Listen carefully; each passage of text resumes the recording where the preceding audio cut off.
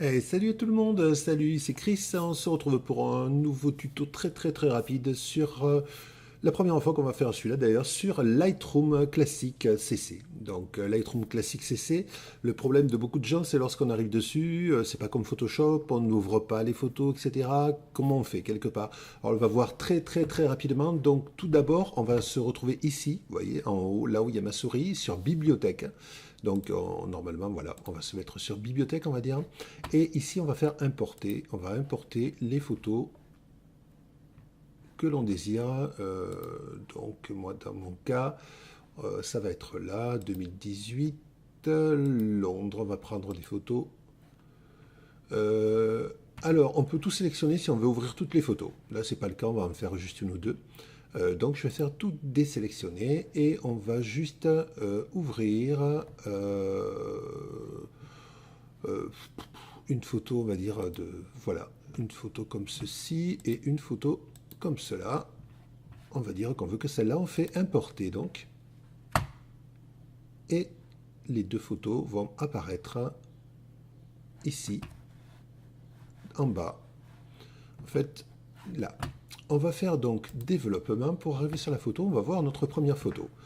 Alors, si vous voulez zoomer de façon... Vous cliquez dessus pour voir un petit peu le détail. On peut déplacer, voilà, comme on veut. On reclique, c'est des zooms. Si vous voulez maintenant zoomer un petit peu plus, etc., vous pouvez venir ici et cliquer par exemple 8. Voilà, donc là on va grossir vraiment sur un petit plan. On va commencer à voir les pixels par contre, parce que c'est vraiment assez énorme. Voilà, 4 pour 1. Voilà. On va revenir donc sur un truc de adapté. Voilà, pour avoir la photo d'entier. Premier truc que l'on peut faire pour la retouche de cette photo, le truc le plus simple quelque part, c'est de faire auto, ici. Et ça va, vous voyez, vous donner des couleurs. Lorsque vous avez surtout un ciel un petit peu bizarre, ça va vous donner des couleurs, des contrastes qui vont être un petit peu mieux. On peut regarder d'ailleurs, tout était à zéro, donc il a enlevé un petit peu d'exposition, il a enlevé du contraste, il a enlevé les hautes lumières et rajouté des ombres, rajouté du blanc, enlevé du noir et rajouter de la vibrance pour avoir une couleur. Alors on voit que déjà, si vous voulez revenir en arrière, ça ne vous plaît pas, vous faites précédent. Ou, lorsque vous avez fait plein de données que vous voulez votre photo d'origine, réinitialiser. Voilà. Mais là, moi j'aime bien la différence, déjà, on peut dire que c'est pas mal. Premier truc à voir, on s'aperçoit que la photo n'est pas tout à fait droite, en fait, vous voyez, elle est légèrement penchée. Si on veut la remettre de niveau, il nous suffit de cliquer sur ce petit carré ici, recadrer et redresser. Et ici, vous voyez qu'il apparaît donc des lignes qui vont vous permettre de faire manuellement, de tourner à droite, de tourner à gauche, etc. Mais en fait, on va faire auto. Et auto, il va nous mettre la photo droite. Vous voyez que là, la photo, il l'a recadrée. Du coup, on peut également recadrer ici. Hein. On peut s'amuser à recadrer en prenant les angles. Voilà, recadrer comme on veut. Et l'avantage, c'est que ça va recadrer toujours suivant la proportion. Donc c'est une proportion 3,5 ici. Vous voyez, ça peut être vertical, horizontal, mais ça va être toujours sur cette proportion. On va la garder telle qu'il nous l'a mis, donc en auto. Donc il suffit de faire fermer. Et on se retrouve avec la photo telle qu'il a mise. Ceci, en fait, ça va être la suppression des petits défauts. Alors là, on va dire qu'on veut supprimer cette petite truc là qui nous gêne un petit peu. On se met là-dessus. On peut, avec la molette de la souris, cliquer pour agrandir ou diminuer. Et on va juste sélectionner ça. On lâche. On reclique dessus. Voilà, il nous l'a supprimé. Donc là, c'est juste pour vous faire voir. On va faire précédent ou CTRL-Z, vous pouvez faire pour revenir d'un cran arrière. Et voilà, on fait réapparaître notre petite partie ici. Cette partie-là, en fait, va servir à la correction des yeux rouges. Donc là, c'est pas le cas, on n'a personne.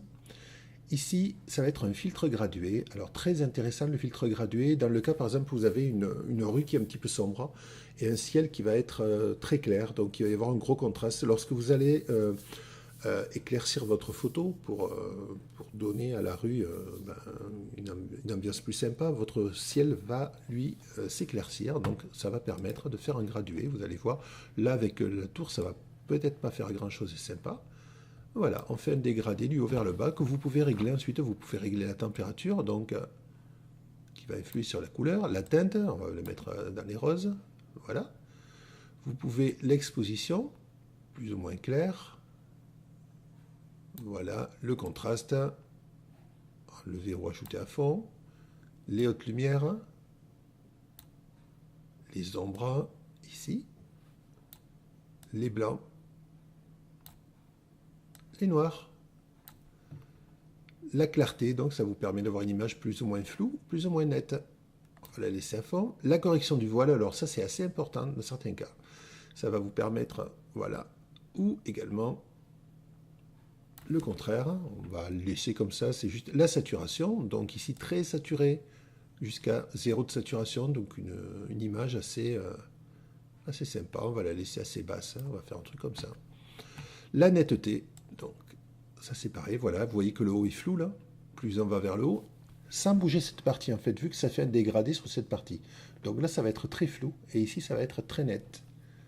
Ça va, vous voyez, ça va permettre de faire des trucs. Le bruit, que l'on peut rajouter ou diminuer, là ça ne va pas nous faire grande différence sur cette photo, si un petit peu là.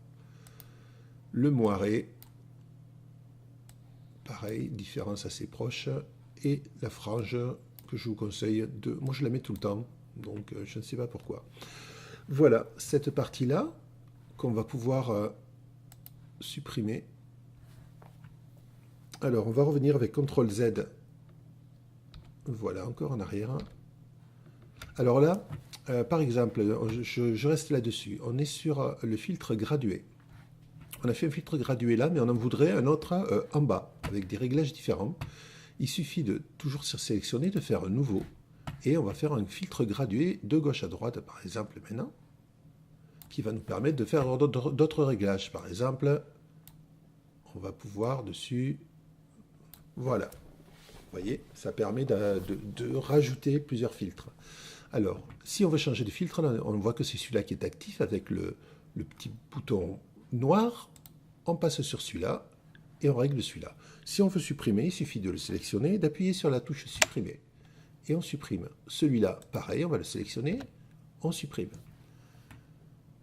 Ici, même chose avec un filtre radial. Alors, très intéressant pour, par exemple, vous avez un couloir avec une lumière au bout, et cette lumière vous crame un petit peu tout, vous voulez l'assombrir, il suffit, on va dire que là c'est l'intérieur de la roue, on va faire un truc comme ça, on va sélectionner l'intérieur de la roue en gros.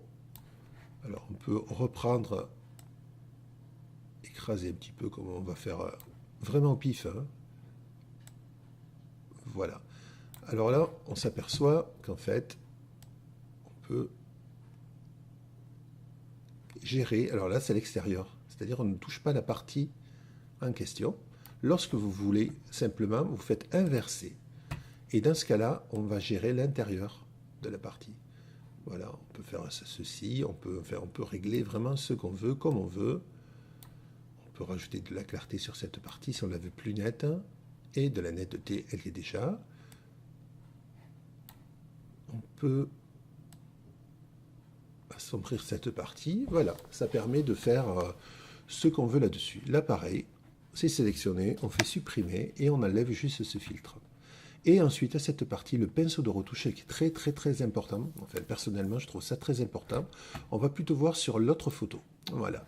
Cette photo, donc pareil, on va arriver sur cette photo, on va supprimer ceci. On va faire auto. Voilà. Ici, on peut faire pareil. Auto, ça c'est pour les lumières. Lorsque vous avez une lumière, par exemple, vous pouvez régler en lumière naturelle, temps nuageux, ce qui est le cas, par exemple, qui est pas mal. Allez. Le pinceau de retouche ici, on va vouloir par exemple éclaircir juste cette partie-là qu'on trouve un petit peu, ou tiens, cette partie en bas là, on la trouve trop claire, on voudrait foncer cette partie, mais que cette partie. On va cliquer donc là-dessus.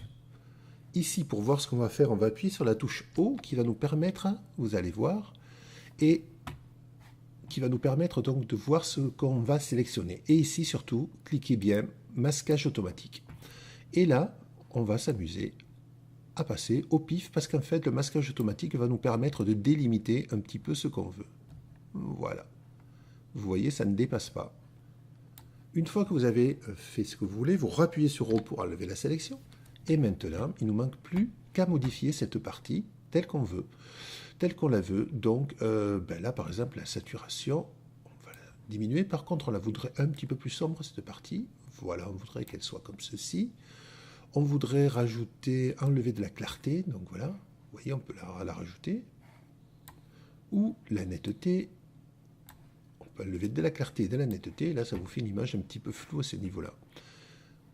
Correction du voile, on va l'assombrir. Par exemple, la désaturer complètement en couleur. Je fais absolument n'importe quoi, c'est juste pour faire voir. Contraste, enlever du contraste, etc. Finalement, on trouve que ça ne nous plaît pas. Qu'est-ce qu'on fait? Précédent. Voilà, et on revient là-dessus. Voilà, c'était juste une petite parenthèse pour vous faire voir juste comment traiter une photo. Lorsqu'on a traité la photo, ici, en bas, vous sélectionnez cette photo. Par exemple, je veux l'enregistrer. Vous faites un clic droit dessus et vous faites exporter. Et là, exporter, vous allez pouvoir le mettre dans le dossier que vous voulez, avec les noms que vous voulez. Vous allez pouvoir en traiter une centaine à la fois, 200, enfin, tout dépend de la puissance de votre ordinateur, et ensuite les enregistrer d'un seul coup. Ce qui fait que ça va être quand même beaucoup plus pratique. Voilà. Vous pouvez régler votre format d'image, la qualité, l'espace colorimétrique sur lequel vous voulez enregistrer, redimensionner les images si vous avez envie, enfin, plein de petites options assez sympathiques. Voilà, que je vous laisse découvrir. Vous faites donc ceci, vous faites enregistrer et votre photo va s'enregistrer ou vos photos vont s'enregistrer. J'espère que ce petit tuto rapide sur Lightroom classique vous a plu. Si ça vous a plu, donc n'hésitez pas à mettre le petit pouce, à vous abonner à la chaîne si ce n'est déjà fait. Nous reviendrons sur Lightroom un peu plus avec des fonctions un peu plus précises. Là, c'était vraiment petite retouche très rapide là-dessus. Voilà. Merci. Au revoir.